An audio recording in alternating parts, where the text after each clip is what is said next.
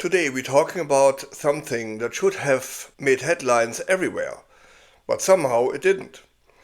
Volkswagen has pulled the plug on a major Audi factory in the United States. Not delayed, not paused, cancelled. And that decision tells us three important things. First, what tariffs are really doing to the US economy. Second, how America's reputation as a trading partner is being damaged. And third, why global companies are quietly choosing to invest somewhere else. This isn't just about cars, it's about trust. It's about stability. It's about whether the US is still a safe place for industries to build their future. Let's break it down. Volkswagen didn't just wake up one morning and changed its mind. This decision was years in the making. Volkswagen had exploring a new Audi manufacturing plant in the US since Trump's first term. They already built vehicles in Tennessee. They are still moving forward with a Scott Motor plant in South Carolina. So this surprising news has nothing to do with anti-Americanism. It was math. But that math stopped working. And that, my friends, is in direct response to the tariff terror of the Orange Fascist Gangster. According to Volkswagen's CEO, US tariffs on European-made vehicles drained roughly $2.5 billion in just 9 months out of corporate revenue. That's real money, not projections. It's revenue gone.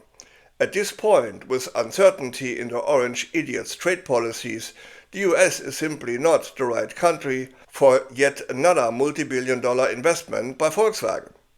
And here's a key line for management, phrased plainly. You can't invest long-term where the rules change overnight. Volkswagen tried to negotiate. They spoke with the Trump administration, many times. They pushed for relief. They looked at incentives, for compromises. Nothing materialized. Tariffs were reduced from 25% to 15%, but uncertainty remained. And for a company planning a factory that would operate for 20 years or more, uncertainty is a deal breaker. But the orange buffoon does not understand that.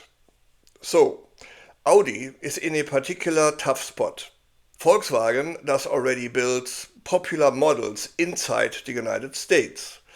So does BMW and Mercedes. Audi doesn't. Many of Audi's best-selling vehicles, like the Q5 SUV, are assembled in Mexico. Under current trade rules, those cars don't qualify for duty-free access. So Audi gets hit hard on every vehicle, every time. Instead of passing the full cost onto American buyers, Audi absorbed much of it, which means lower profits, less capital, less flexibility, and eventually cancellation.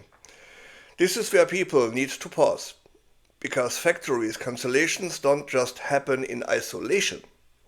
They are signals, and this one is flashing red. Reuters reported that German investment into the United States fell sharply in 2025. Not by a few percent, by nearly half.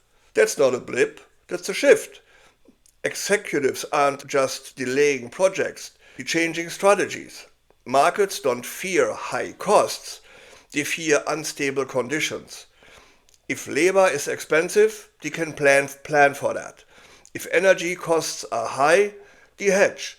But if trade policies swing with every political rally, every mood swing, every $1 million of concealed investment by an oligarch, you can't prepare for that. You cannot price it in.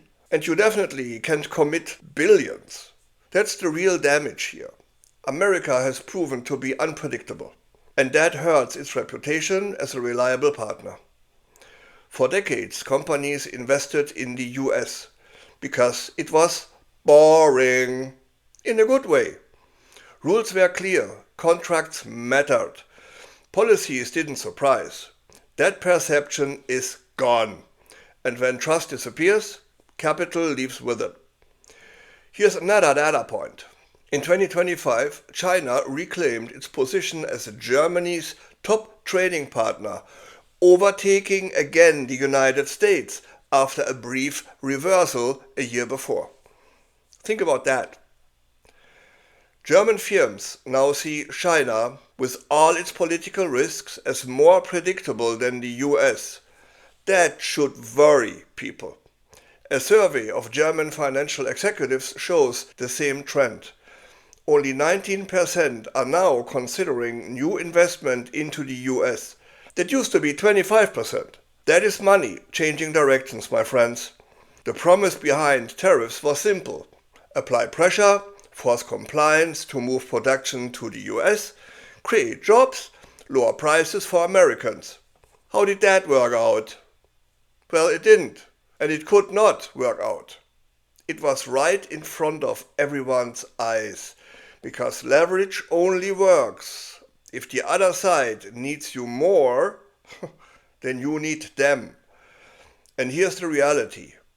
When access to your market becomes unreliable, companies don't comply. They retreat, they go, they leave, they disappear. Volkswagen didn't move production faster, they walked away. And once a company learns that lesson, it sticks. Even if tariffs would disappear tomorrow, the bad taste would remain. Executives do not factor in political risk. They assign a penalty to American exposure. They de-risk by looking somewhere else first. And that has consequences.